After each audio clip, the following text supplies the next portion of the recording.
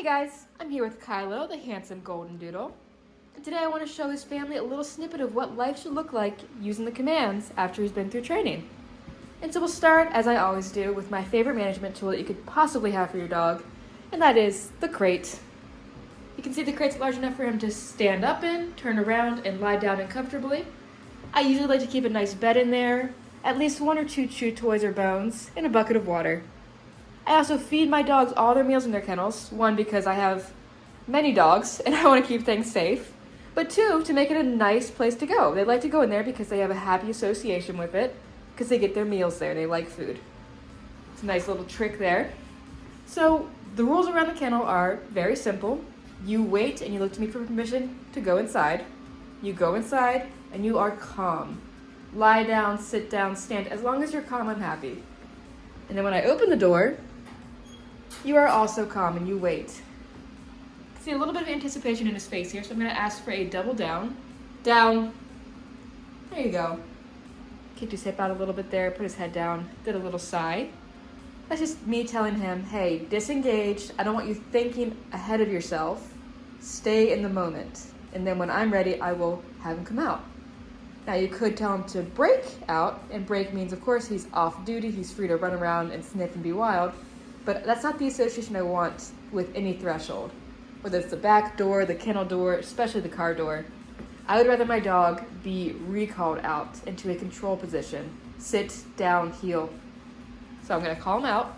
Now he's a little scrambly on these floors because they're kind of slick, so hopefully he comes out slowly. I'm gonna say C-O-M-E, and probably tap the tone as well. T for tone. Come. Good boy. He slowed himself. That was good. Good job. A little sniffing there. Kylo. Good. Heel.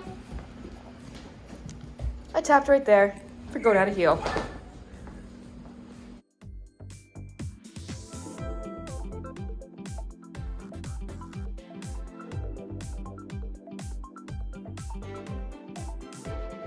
Now, if you're a sensible person, you're probably wondering, why are you having me heel my dog around my own house? We're not on a walk, this makes no sense.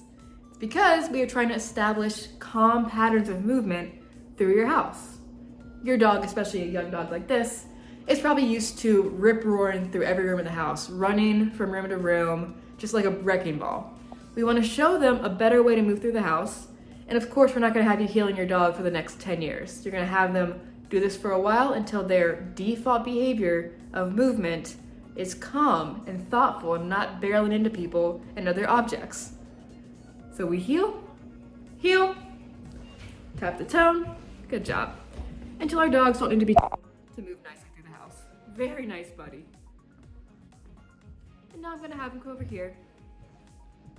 Good job. Yeah, that's right, buddy. Now in the kitchen, I usually have him in a downstay while I cook to keep him out of the way of boiling water or knives. So he's patterned to lie down in here. So I stop and he lies down automatically and relaxes. Good boy. Down. Good boy. And now I can do some chores. I can do the dishes. I can sweep up and he stays there calmly. All right, so with Kylo in a nice downstay, he is anchored to that spot. And he's just chilling, waiting for the next thing to happen. So what I can show you now is something pretty cool, a room-to-room recall without saying a single word.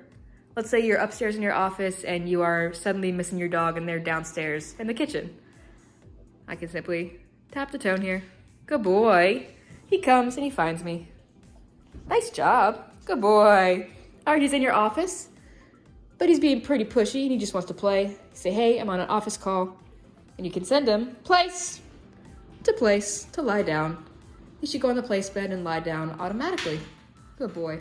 Now on the place bed, what I like to do is keep a nice soft blanket on there or a pillow, whatever your dog likes, and at least 1 or 2, again, chew toys to keep them busy. It's not a punishment. It's just their designated spot to go and hang out when the humans want to be with them but can't spend too much attention on them due to work or other boring human things. Very good boy. You can definitely give your dog affection on place, calm affection. If you have little kids, you might want to tell them, hey, when they're on place, we leave them alone. But older kids and your guests can understand to give calm affection. Good boy. Nice job, buddy. On place, there's no whining, there's no fidgeting. He can get up, stretch, itch himself, obvious dog things. But if you see your dog doing those things a lot, they might be trying to get out of work. If you see them start to slowly inch off the place bed, that's a problem. We like these raised place cots because they give a dog a clear boundary. They're either on or they're off. There's no in between. That's why I don't like to use soft dog beds for place until the dog is really compliant, because they will push those limits, especially a young guy like Kylo. All right, so Kylo's healing through the house. He's downstairs, he's in a kennel. That's not why we got a dog. We got a dog to have fun with them. So of course, we can have him break. Yeah, play with him. So he's definitely allowed to cut loose and be a silly puppy because he's a pretty young guy, super fun. But when you tell him to. So in the house, it's not appropriate to be grabbing the kids' toys and throttling them or taking your socks and running off. But when you say break, he can have some fun. Break, go. Nice job. So just like we're scheduling in the structure and the boundaries in his life, we also need to schedule in the good stuff. Hikes off leash, swimming, fetch, tug. Ready? Get it. Yes, good boy.